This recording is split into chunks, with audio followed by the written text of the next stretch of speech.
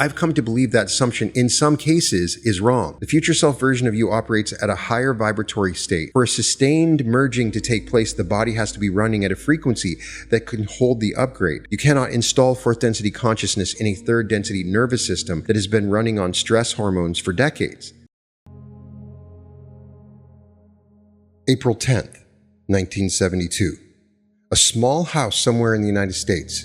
A man named Bernard Donald Perona is sitting quietly. He's been sitting for a long time, years actually. He's been having conversations with another consciousness, a presence that has been visiting him for somewhere between 7 and 9 years. The presence has a name, though the name will mean nothing to anyone alive on Earth. The presence and Perona have been negotiating an exchange. Perona is tired. He has finished what he came here to do. He has gone through the schooling and the training and the experiences that the incoming presence will need to operate in this world. The two of them have petitioned every level of the universal hierarchy that governs this kind of transaction. They've received permission. The agreement is signed. In the only ledger that matters, the one written in consciousness. Perona takes one final breath. He exhales slowly. And as the breath leaves his body, his soul leaves with it. A new consciousness inhales. The body opens its eyes. It looks at the same room, the same hands, the same world. But the being inside that body has lived for 10 billion Earth years. The being remembers traveling through the great void. The being remembers passing through the central star of Orion's belt. The being remembers swimming with an orca whale who carried the entire memory of the planet Earth inside her. The being remembers being escorted by Pleiadian guides who built him a body from scratch on a marine planet orbiting Sirius B before sending him here. The being is now operating Bernard Perona's body. The body's friends will eventually meet the new occupant and report that something has changed about him, something fundamental, something they cannot place. Years later, the being will legally change the body's name. The new name will be Drunvalo Melchizedek. He will go on to write some of the most influential metaphysical books of the last 20th century, teach the Merkaba meditation to hundreds of thousands of students, and openly tell anyone who asks the man named Bernard Perona died on April 10th, 1972, and that a different soul has been wearing his body ever since. Welcome to the Reality Revolution. I'm your host, Brian Scott. Today, I want to open up one of the strangest files in all of consciousness research. The phenomenon goes by several names. The American spiritualist tradition calls it a walk-in. The Hindu yoga lineages call it Parakaya Pravisha. The Tibetans recognize it inside their Tulku traditions. The channeled material from the raw contact calls it a soul exchange. The modern New Age community has built an entire subculture around it, complete with support groups and online forums and conferences. The claim is staggering. The claim is that one human soul can leave its body by mutual agreement and a different soul can move in. The body keeps living. The new occupant takes over the relationship, the bills, the career, the memories of the previous occupant. The previous occupant moves on to the next stage of their journey, having been spared the trauma of physical death. By the end of this episode, I'm going to walk you through 3 things. First, the documented research history of walk-ins. From Ruth Montgomery's automatic writing in the 1970s through Scott Mandelker's doctoral case studies to the channeled Law of One material. Second, the most provocative recorded cases on the historical record, including a sitting United States president. And third, the angle that nobody else in the consciousness community has properly developed. The reframe that I've been sitting with for years, and that the Newark and Los Angeles groups that I've been working through a future self meditation got a taste of without even knowing what was happening. The reframe is this: the walk-in phenomenon may have been described correctly for 50 years and interpreted wrong the entire time. The incoming consciousness in a walk-in may very well exist as the original soul's own future self. Let me show you why I think that, and let me show you How the meditation works that you and I do together may be the most direct method ever developed for facilitating an arranged, voluntary, sustained walk-in from your own future timeline. Before we get to the radical reframe, I owe you the same evidence walkthrough I gave you on the Russian psychotronics episode. Anyone can claim a soul exchange. I want you to see the documentary claim. The first source is Ruth Montgomery. Montgomery was born in 1912 and died in 2001. Before she became a name in metaphysics, she was a serious journalist, a syndicated political columnist in Washington, D.C., who covered 5 U.S. presidents, held honorary doctorates from Baylor University and Ashland College, and was regarded as one of the most respected female reporters of her era. In her late 40s, she met the medium Arthur Ford, and over the course of a decade, she developed a practice of automatic writing that she said allowed her to receive messages from a group of discarnate guides. Her best-selling book on the subject was published in 1979. The title was Strangers Among Us. It introduces the word walk-in to the American popular culture. Montgomery's claim was specific. She said that highly evolved souls were entering adult human bodies by agreement with the original occupant in order to bypass the long process of childhood and begin their work on Earth immediately. She said tens of thousands of these exchanges had already taken place. She named historical figures who, according to her guides, had been walk-ins. The list included Abraham Lincoln, Mahatma Gandhi, and Benjamin Franklin. She said the phenomenon was accelerating because humanity was approaching a planetary shift and the planet needed help. You can dismiss her methodology if you want.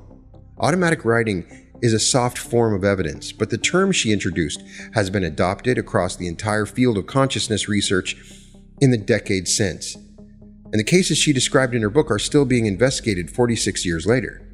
The second source is Dr. Scott Mandelker. Mandelker holds a PhD in East-West psychology from the California Institute of Integral Studies, completed in 1992.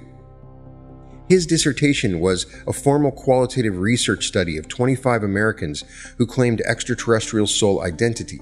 He published the work as a book in 1995 under the title From Elsewhere, Being E.T. in America, with a foreword by Brad Steger. This is significant because regardless of what you may think of the underlying claims, Mandelker conducted his research using accepted academic protocols, structured interviews, transcript analysis, and longitudinal follow-up. The book documents 25 distinct case studies in detail. Mandelker drew an important distinction between two kinds of cosmic visitor. He used the word wanderer for souls who had incarnated in the normal way, born to human parents, growing up through childhood, gradually awakening to the awareness they had originated somewhere else. He used the word walk-in for the rare case where a soul had entered an already living adult body in a discrete moment of exchange. His book contains interviews with people in both categories, including hospital technicians, nurses, psychics, architects, and one house painter. Toward the end of the book, Mandelker identifies himself as a wanderer. The third source is the Law of One material itself, published in 5 books between 1981 and 1988. The Law of One material is the transcript of 106 channeling sessions conducted by Don Elkins, Carla Ruckert, and Jim McCarty between January 1981 and March 1984. The material claims to be a direct contact with a 6th density social memory complex, calling itself Ra. Whatever you make of the source, the published transcripts have been studied for 45 years by serious students of consciousness, and they contain some of the most detailed cosmological information ever channeled. Sessions 26 and 35 of the Law of One contain the explicit claim that Abraham Lincoln was a walk-in. We're going to spend an entire section on those sessions later in this episode. The fourth source is the broader research tradition. Brad Steiger's book Star People, published in 1981, documented dozens of cases. Dolores Cannon, working through past life regression hypnotherapy, eventually compiled hundreds of similar accounts across her career. The Pyramid Spiritual Societies movement in India operates on the explicit claim that 80% of their masters are walk-ins. Hindu and Tibetan Buddhist traditions describe the same phenomenon under different names going back over 1,000 years.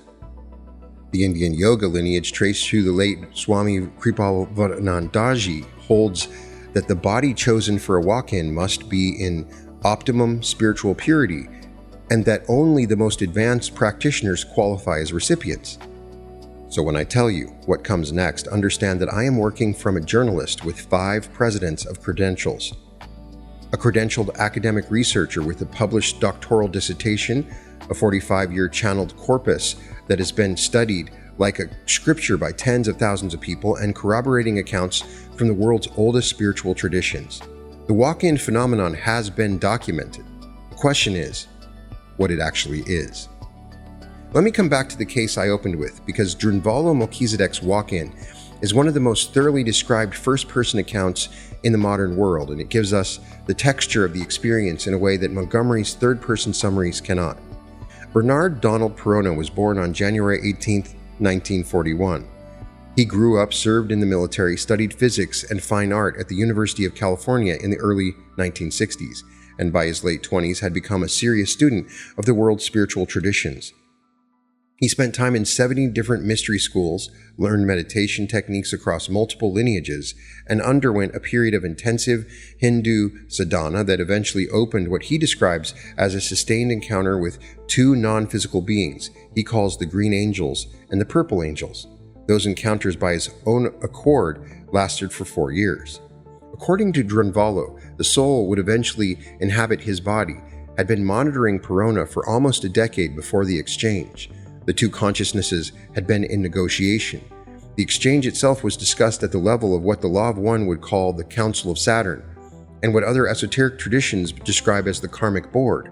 Both souls had to agree. Both souls had to receive what the Drunvalo material calls full permission on all levels. The exchange happened on April 10, 1972. Drunvalo describes it as a single-breath transition. The outgoing soul exhaled, the incoming soul inhaled, clean, legal, instant. Now here is where the case becomes documented in a way that most claimed walk-ins never are. Drunvalo's nephew, Ken Page, knew Bernard Perona personally. They had grown up together, lived in the same house at times, and were close enough in age that Ken thought of his uncle as a brother. Ken called him Donnie. In the early 1980s, Ken hadn't seen his uncle for several years. He was traveling in Taos, New Mexico, when he learned that Donnie was living nearby in a converted school bus parked in a sage field. Ken went to visit. He climbed onto the bus expecting to see his uncle. The man inside looked like his uncle, the body was the same, the voice was the same. But the man on the bus told Ken calmly and directly that the uncle he had known was dead. The man told Ken that Donnie had died in Canada in 1971, that he had let go of his body, and that a different consciousness had moved in. The man said his name was now Drunvalo Melchizedek. He told Ken that the previous occupant had been given something very special in exchange for the body, though he declined to specify what. Ken Page was wearing a 3-piece business suit. He had no spiritual background at the time. He sat on the bus and tried to process the fact that the man across from him was claiming to be a different person inside the same skin. He left the bus uncertain what to think. It would be 13 years before he came back to experience and worked through it with a new occupant. By then, Ken had developed his own spiritual practice and was eventually able to confirm, using his own contact with what he calls the clear light vibration, that the original Donnie had indeed completed his journey, and that the soul now inhabiting the body was a separate being. Drunvalo went on to write The Ancient Secret of the Flower of Life, a 2-volume work that has sold hundreds of thousands of copies and is still in print. He developed and taught the Merkaba meditation, which has spread across the world through his Flower of Life facilitators and his School of Remembering. He legally changed his name from Bernard Perona to Drunvalo Melchizedek in 1991. He has lectured for more than 4 decades, spoken openly about being a walk-in throughout the entire period, and never deviated from the original story. Whatever you decide about the underlying mechanism, the documentation chain is as solid as the kind of claim ever gets. 3 different people who knew Perona before 1972 have publicly described meeting a different person in the same body afterward. The new occupant has lived the life of a public spiritual teacher for over 50 years. He has held the same story across hundreds of interviews, and he openly invites scrutiny. The Drunvalo case is the type of specimen of the walk-in phenomenon in the modern era. Now let's go to the most provocative case in the entire research literature. In the second book of the Law of One series, on January 26, 1981, the questioner Don Elkins asked Raw entity an unusual question. He wanted to know whether Abraham Lincoln had been a wanderer, a soul from a higher density, who had incarnated on Earth in the normal way to assist humanity. Raw response is one of the most cited passages in the entire Law of One corpus. I'm going to paraphrase rather than quote at length because I want to keep this clean. Raw answered no, Lincoln was a normal Earth soul, but Raw continued. Lincoln had chosen in 1853 to leave his vehicle and allow another consciousness to use it on a permanent basis. Raw described this as a relatively rare event compared to the more common wanderer phenomenon. The questioner pressed for more detail. Raw explained that the entity who had taken over Lincoln's body was a fourth density being. Fourth density in the Law of One cosmology is the density of love and understanding, the density our planet is currently transitioning into. The fourth density being had contacted the original Abraham in sleep state. The contact happens during a period when Abraham was experiencing extreme physical, mental, and spiritual pain. He was weary of life, but had no orientation towards self-destruction. The fourth density being approached him with an offer.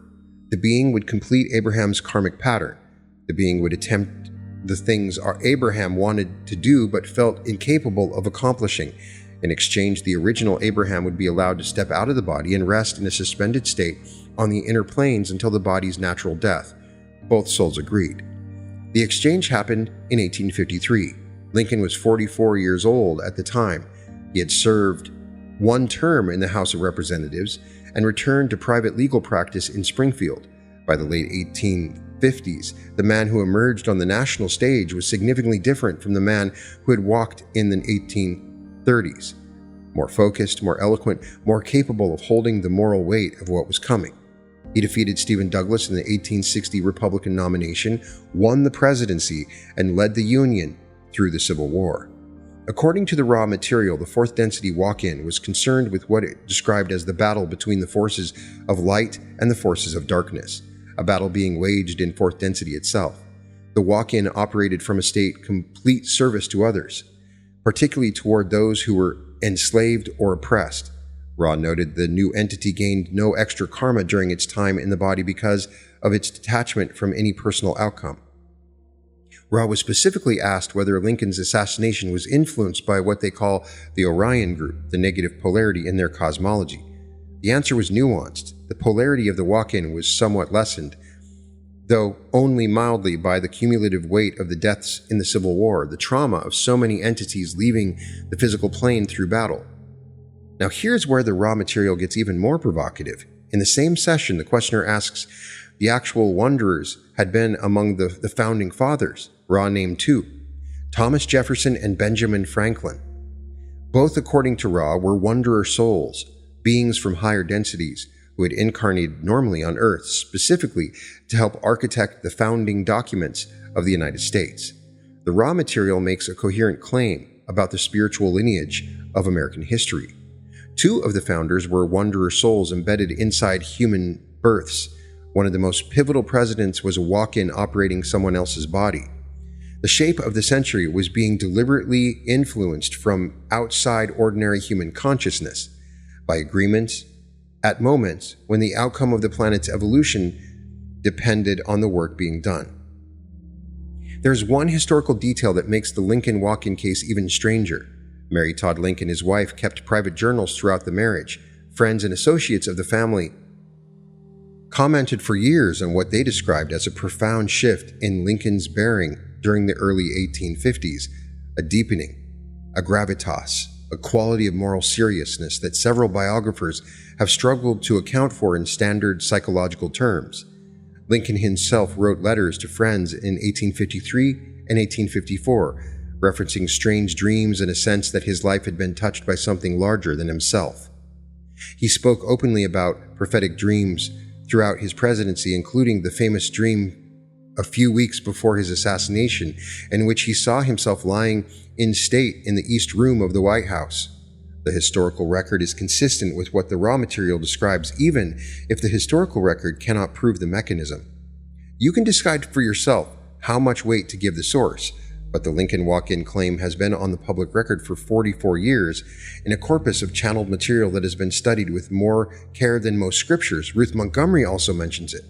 And the claim is consistent with what Ruth Montgomery's automatic writing was producing independently around the same time. Both sources working in different methodologies named Lincoln among the walk-ins.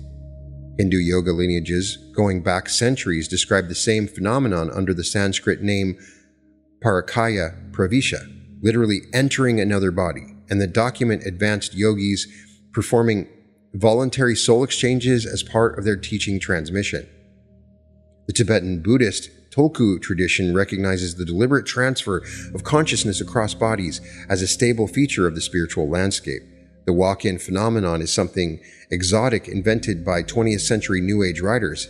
It is something the older traditions have been describing for a very long time, in different vocabularies with remarkable consistency.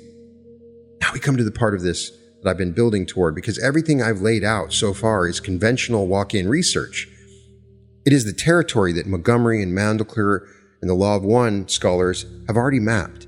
What I want to share with you next is something I've been thinking about for a long time, that I've been utilizing in my meditations, that I've experienced myself, and it changes the entire frame.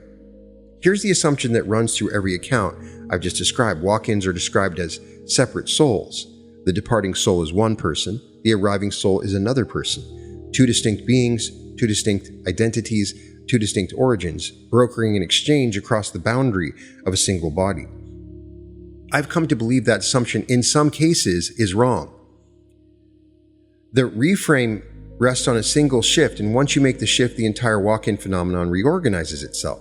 The shift is the recognition that you and your future self are the same consciousness operating at different levels of development. In every esoteric tradition I've studied, the Hermetic, Vedantic, the Buddhist, the Sufi, the channeled material, Ra and Kuo, and the Arcturians, there's a foundational teaching that the soul is non-linear. The soul does live inside time the way the body does. The soul is what mystics call eternal, meaning that it exists outside of the temporal sequence we experience here in the third density. From the soul's perspective, all of its incarnations and all of its developmental stages exist simultaneously. Now apply this to the version of yourself 100 years from now, or 60 years from now, or 150. From your perspective inside this body, that future version is somewhere ahead, waiting to be reached through the slow accumulation of breath. From the soul's perspective, the future version already exists. They are already conscious, already operating. They are already capable of communicating backward to you. The way Robert Monroe described the future self showing up in his journeys to help his younger self handle non-physical entities. The way Russian researchers at Dixon recorded subjects receiving symbols hours before the symbols were generated. Your future self is real. Your future self is operating, and your future self has access to capacities that you have not experienced yet. Now, of course, there may be walk-ins that come from extraterrestrial origins, the Pleiadians, Ra.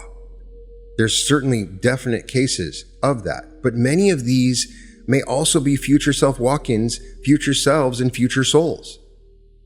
Think about what a walk-in actually looks like from the inside. The original occupant is tired. The original occupant has finished their karmic patterns, completed their development, exhausted what they came here to do.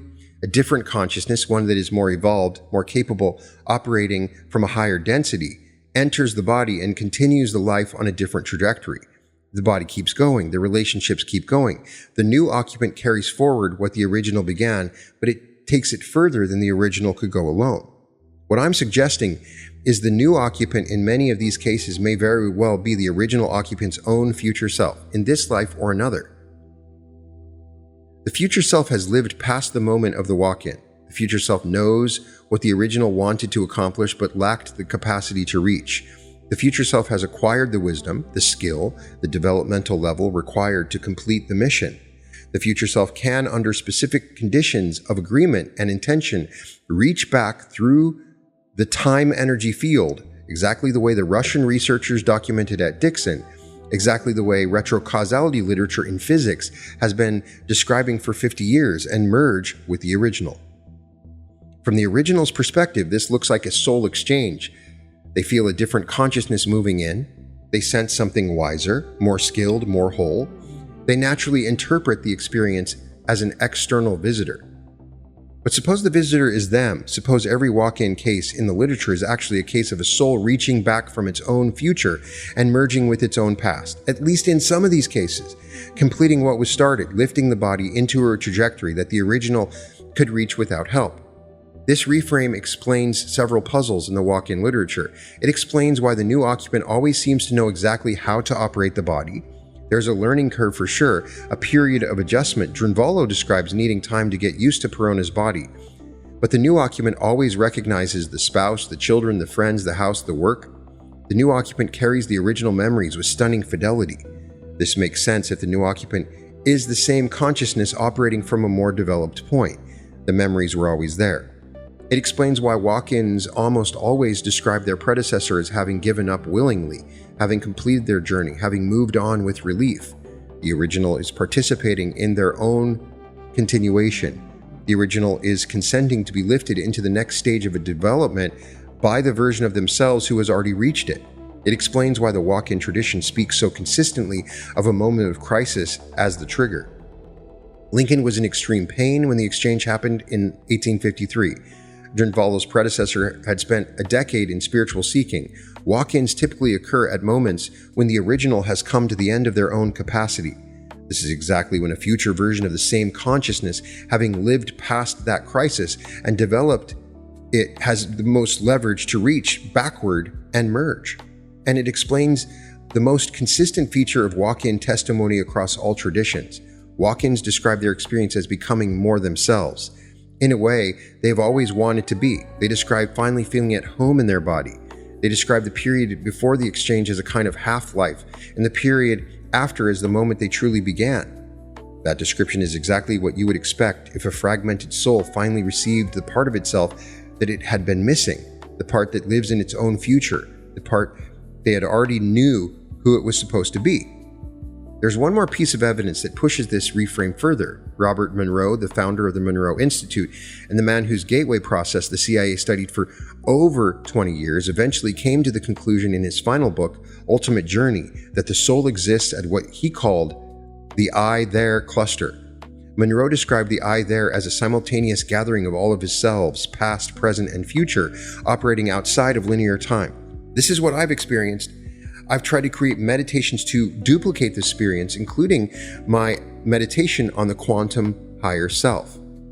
He described in detail the future self showing up in his journeys to help his younger self handle non-physical entities. He described the I-there cluster as the actual locus of identity, with each individual incarnation acting as a temporary projection from the larger field. That framework arrived at by an experienced explorer of consciousness over 50 years of practice is precisely the framework I am proposing applies to the walk-in phenomenon or a part of it. The walk-in is the moment when the projection in the body merges with a more developed projection from the same cluster. I'm laying this out as one possible hypothesis, and it may be one of the interpretations of many walk-in phenomenons. I'm suggesting that the standard interpretation in which walk-ins are described as separate alien souls coming in from somewhere else carries an assumption that the consciousness research has examined carefully, but we don't know entirely for sure. The assumption is that future versions of you exist as someone else. Once you drop that assumption, the walk-in phenomenon becomes the most natural thing in the world. It becomes you completing yourself by reaching across time to integrate the fullness of who you already are. Here's what gets practical, because the reframe I just gave you has an enormous implication. If walk-ins are future selves merging, then walk-ins are architectable. You don't have to wait for some external soul to volunteer to take over your body during a moment of crisis. You can deliberately, intentionally, voluntarily invite your own future self to merge with you. You can architect the exchange, you can design the conditions, you can sustain the practice over years until the merging is complete. This is exactly what I've been teaching in the Future Self meditation that I have conducted in my recent events in Los Angeles, in Maine, and in Newark over 3 days. Some of you watched that meditation live on School. Some of you have done your own version privately. Some of you I've done custom tailored in coaching sessions, some of you are about to discover that the technology you have already been using has a name in the older literature. The architected future self walk-in operates through 5 conditions, all of which appear in the documented cases. The first is mutual consent. In every walk-in case in the literature, both consciousness must agree. The original must release, this incoming must accept. In the meditation, when I take you through the alignment with your future self at the end of your life and ask you to give permission for that version of you to walk in, that's the consent moment. I ask you directly. I make the agreement explicit. I've been doing this for years, and this in particular made this meditation much more tangible. The second condition is preparation. In the documented cases, the incoming soul typically spends years preparing the body, clearing patterns, training capacities, and working through what Drunvalo called schooling. The original Bernard Perona did 7 to 9 years of intensive sadhana before the exchange. In the meditation work, every future self meditation you do is preparation. You are tuning the body, the nervous system, the emotional baseline, the energetic field. You are making the vehicle hospitable to the higher version. The third condition is the energetic threshold. In my live meditations at the events, I take you through a deliberate emotional intensification.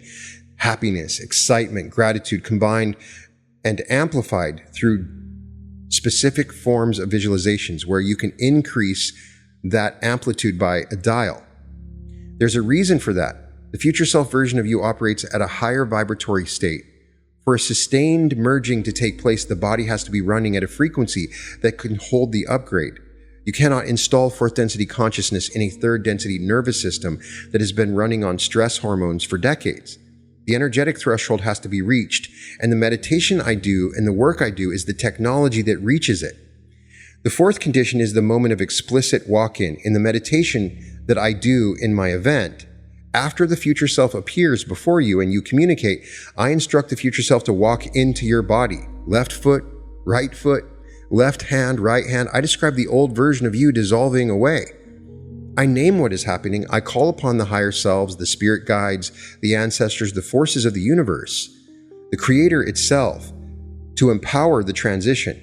This is more than just flourish. This is the architectural specification of the exchange. Every word is structural work. The walk-in literature is consistent that these arrangements need to be witnessed at the level of the larger field.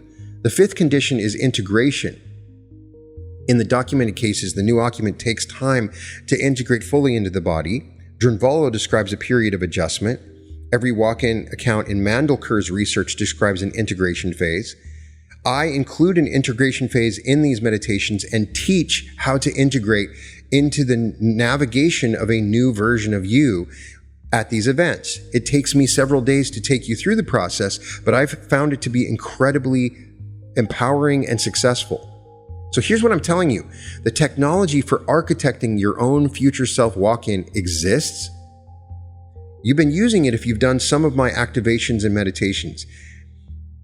The future self meditation work, when practiced consistently, is a deliberate, sustained, voluntary version of the same phenomenon that produced Drunvalo Melchizedek and the new occupant of Abraham Lincoln's body, except that you are doing it with your own future self, by your own consent, as a deliberate act of self-completion. Yes, in many of these cases, it's a walk-in from a higher density that's not related to that self.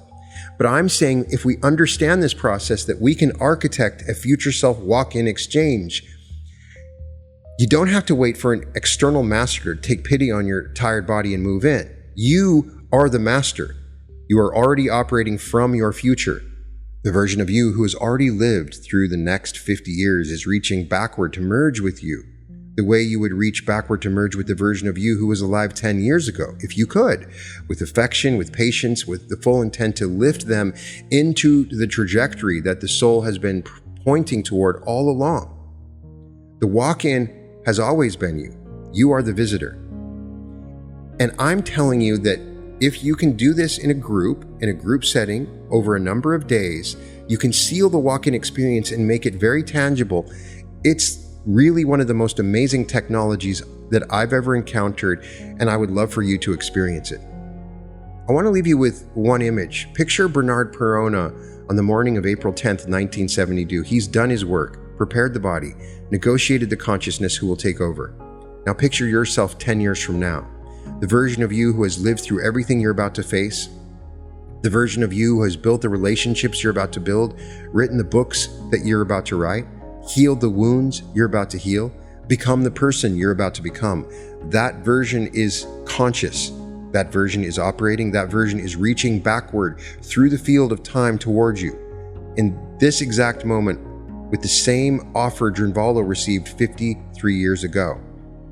Will you let them in? Will you breathe out the version of yourself who has been carrying you to this point with gratitude, and breathe in the version of yourself who has already made it through into the most incredible timeline that you could experience? Will you architect the exchange? Will you design the conditions? Will you sit in the laboratory of your own consciousness and conduct the merging that the older traditions could only describe as a mystery? The walk-in phenomenon has been real for as long as humans have been incarnating. The new chapter is that you can now do it for yourself. There is a technology that allows for you to do this with your own future self. Even if there are normal walk-in experiences, you can experience a future self walk-in by your own design, through the breath, intention, through meditation, through a set of meditations and energetic exercises that enable something this massive to happen in an organized and loving setting. This is available to you. Welcome to the future you, completing the present you. Imagine having that future self within you, who knows everything that's going to happen, every step to take, every turn to make, every person to meet, every opportunity to seize upon. Imagine that being within you. I've experienced this. My future self has walked into me, and it changed me completely.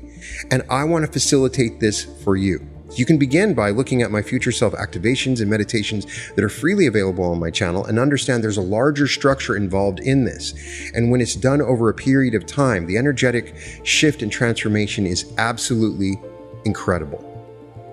Now, before we leave, I want to invite you to join the Reality Revolution community, where I can help you facilitate and merge with your future self to shift into the reality of your choice, to manifest your true dreams, to find the love, to find vibrant health, to experience absolute prosperity. I believe that that is what you deserve.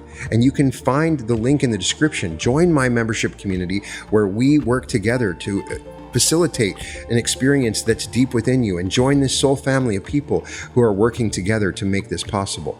You can find the link at www.skool.com, skool.com/reality revolution.